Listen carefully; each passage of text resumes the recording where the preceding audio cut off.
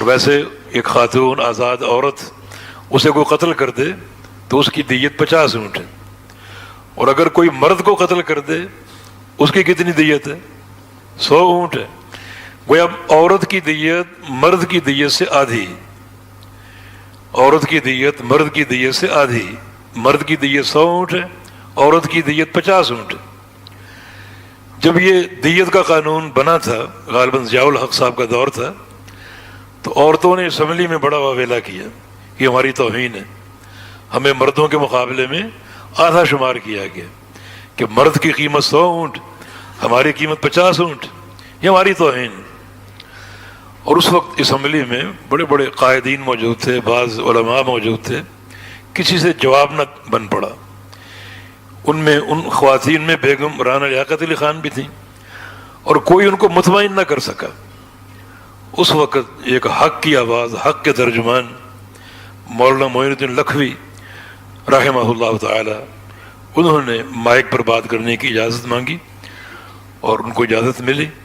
انہوں نے جو جواب دیا، عورتیں اشش کر اٹھیں کہ واقعی یہ سچا دین ہے۔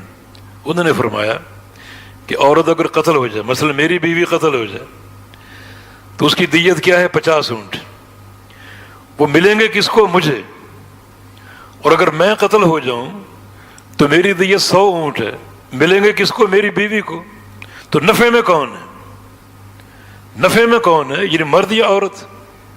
یعنی میرے قتل ہونے پر میری بیوی کو 100 اونٹ ملیں گے، اور میری بیوی کے قتل ہونے پر مجھے 50 اونٹ ملیں گے، تو فائدے میں کون ہے؟ شریعت نے کس کے حقوق کی حفاظت کی؟ شریعت نے کس کو فائدہ دیا؟